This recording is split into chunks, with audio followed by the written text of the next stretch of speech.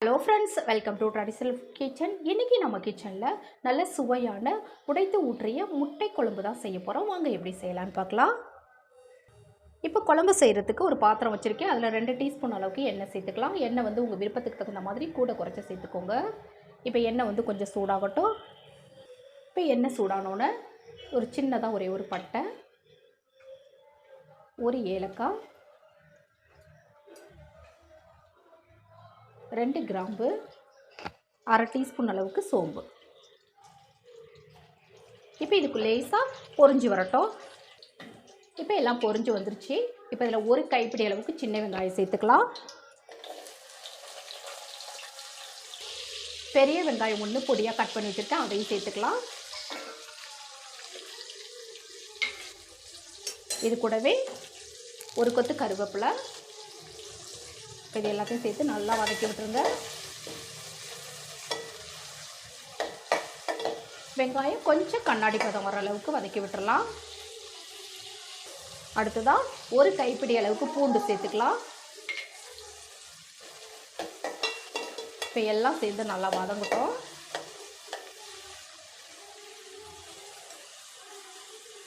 அடுத்ததாக 2 டீஸ்பூன் அளவுக்கு இஞ்சி பூண்டு விழுது சேர்த்துடலாம்.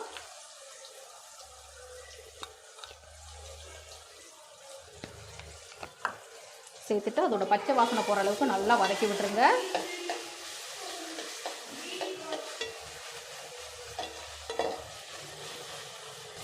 இப்போ இது கூடவே 2 தக்காளி கட் பண்ணி வச்சுருக்கேன், அதையும் சேர்த்துடலாம். சேர்த்துட்டு நல்லா வதக்கி விட்டுருங்க.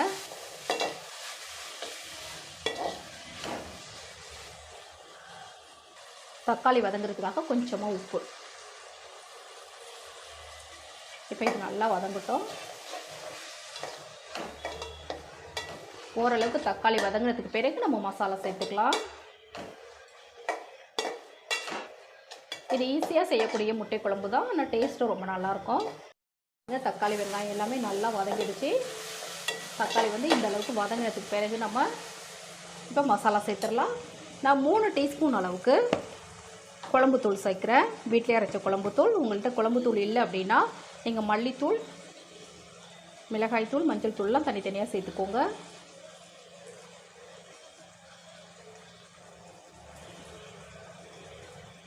நான் 3 டீஸ்பூன் அளவுக்கு சேர்த்துக்கிறேன். நம்ம வந்து குழம்பு வந்து எந்த அளவுக்கு வைக்கிறோமோ அந்தளவுக்கு மசாலா தேவைப்படும். நம்ம வந்து கொஞ்சம் அதிகமாக வைப்போம், கொஞ்சம் கம்மியாக வைப்போம்.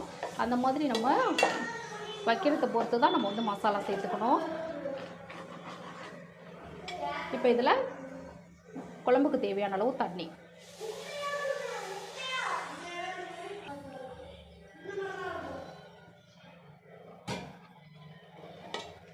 இப்போ இதை நல்லா கலந்து விட்டுறலாம். குழம்புக்கு தேவையான அளவு உப்பு,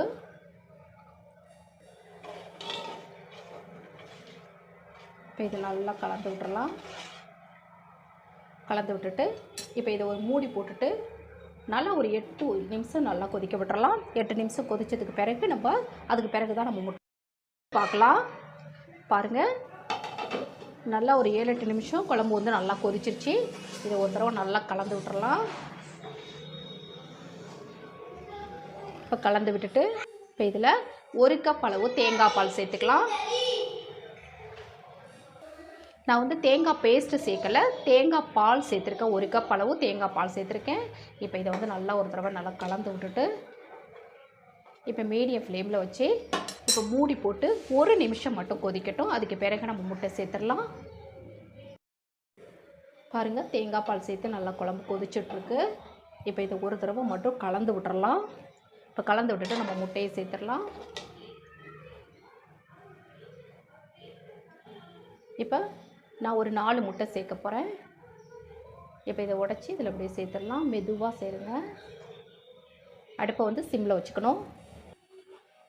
நல்லா தள்ளி தள்ளி ஊற்றுங்க. அப்போ தான் வந்து நமக்கு வெந்து வரது கரெக்டாக இருக்கும்.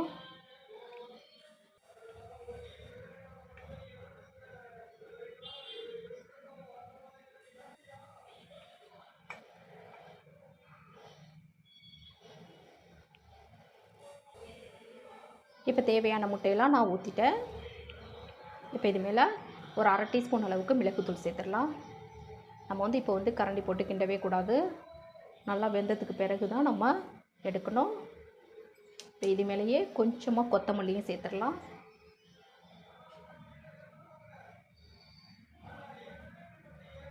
சேர்த்துட்டு இப்போ இதை மூடி போட்டுருங்க. மூடி போட்டு ஒரு 4 நிமிஷம் வந்து அப்படியே மீடியம் ஃப்ளேமில் வச்சு கொதிக்க விடுங்க. கொதித்ததுக்கு பிறகு நான் காட்டுறேன். குழம்பு ரெடி ஆகிடும். இப்போ அப்படியே ஒரு 4 நிமிஷம் அப்படியே கொதிக்கட்டும். வந்து பார்க்கலாம். பாருங்கள், முட்டை சேர்த்து 4 நிமிஷம் நல்லா கொதிச்சிருச்சு. பாருங்கள், குழம்பு ரெடி ஆகிடுச்சு.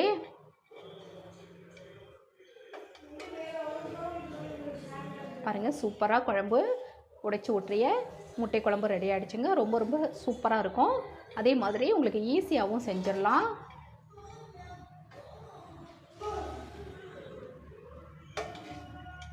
இந்த மாதிரி நீங்களும் செஞ்சு பாருங்கள். ரொம்ப சூப்பராக இருக்கும். செஞ்சு பார்த்துட்டு எப்படி இருந்ததுன்னு மறக்காமல் சொல்லுங்கள்.